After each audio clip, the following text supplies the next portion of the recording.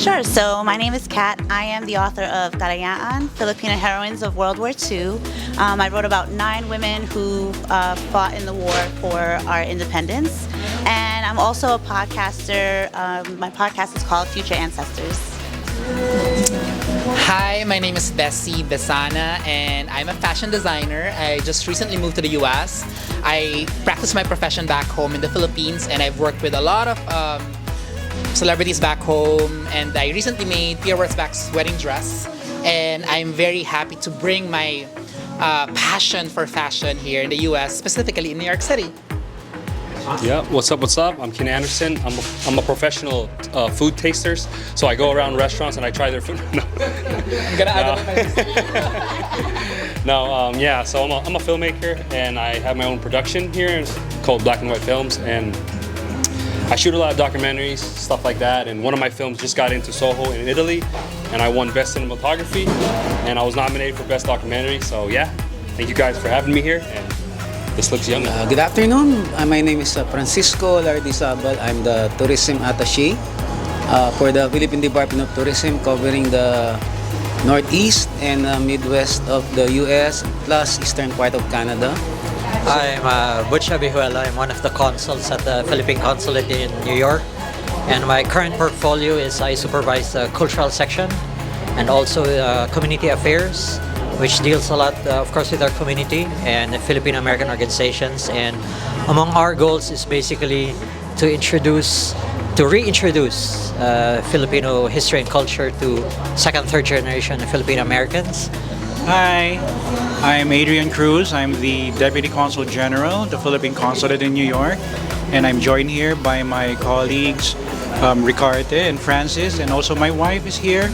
And I'm happy to celebrate Philippine American History Month, and I thank Kalye for being so generous in having us share in this boodle fight. Hi, I'm Citadel. I'm a sound healer, so I'm helping people to connect with themselves. I'm also a baybayin teacher, and I also design some Filipinianas to also help Filipinos connect with their roots. I'm Rob, and I'm the owner of Kalye. And so when Henry and I, my husband, decided to put up Kalye, our goal, our mission really is not just to sell food, but to represent Filipino food and culture. So hopefully we get to do that with what we're doing today and for years to come. We're gonna continue bringing together Filipinos from all walks of life, and hopefully that means we are always united to represent the country that we all love with our Filipino American artists.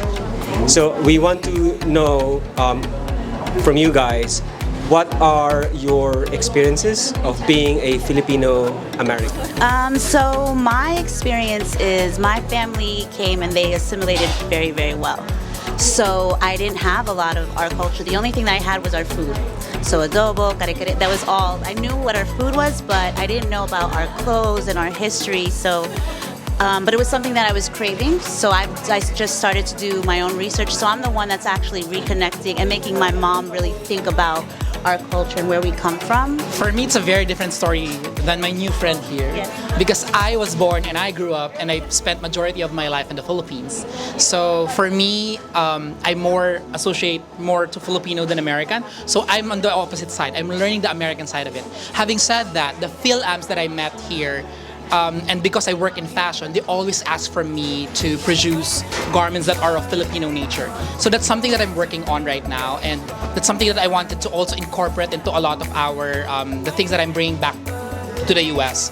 I'm introducing a lot of burda, which is a local embroidery making that is done in the province of Bulacan. So that's something that I wanted to bring back here, and I wanted also to introduce the Filipiniana attire in a very different fashion. Something that a lot of the younger generation, especially the Gen Z and the millennials, will be able to wear. So I think that's something that I'm putting forward. I'm preparing for a big event for next year. So by the middle of next year, I'll be reintroducing that to the Filipino market. Of course, everybody's expected to be there. I want everybody to be there for you to enjoy that. So that's something that I'm really preparing for. Yeah, same thing with Bessie. You know, I was born in the Philippines. I spent most of my time in the Philippines. Like I said, I'm more Filipino than I am American. I did go to high school here in the United States, but in Missouri. So I mean, that's like a total different word from New York. Talagang bukid eh. So, but yeah, 2 years ago when I planned to move to New York, you know, that fear, that anxiety, the what if thoughts, like what if this doesn't work, or what if that doesn't work. But I guess, you know, what got me through it was being Filipino. You know, we come from a culture where Filipinos are strong, independent individuals, and you could put a Filipino anywhere in the world, and 9 times out of 10, that Filipino will strive because of the work ethic. You know, that's just who we are.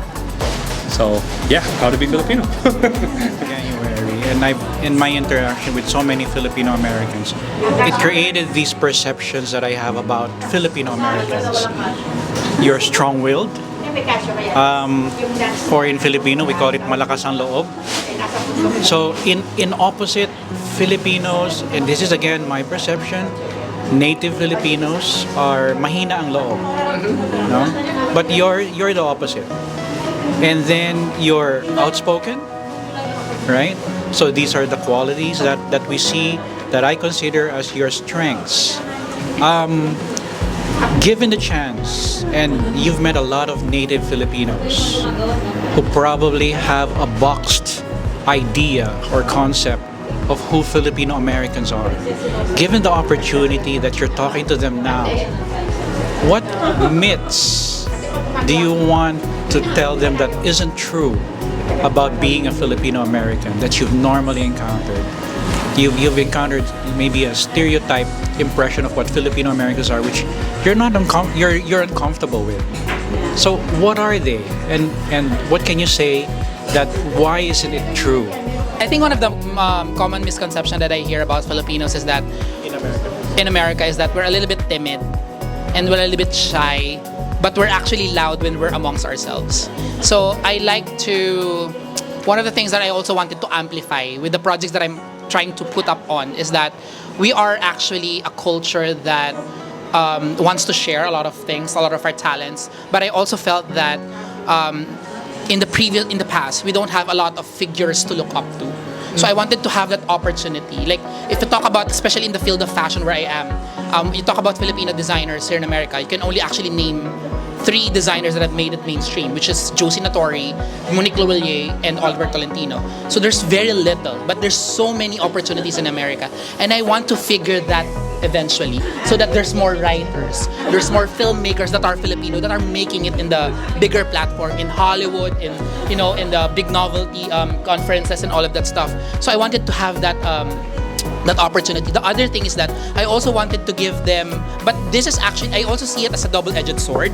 I feel that since there's not much Filipinos that we can take a look up to, I think that's also an opportunity for us to paint the picture. It, right? We wear the flag or because we're proud of it. That's how we show our pride in being Filipino out here. But that apparently is offensive in the Philippines because it's in law. So, but we don't know that. So if we have this open communication, we can learn, and then our culture gets further. And what I love about us too is we could just be ourselves. Like, we're so loving. That's what makes people fall in love with our food, our culture, and just who we are.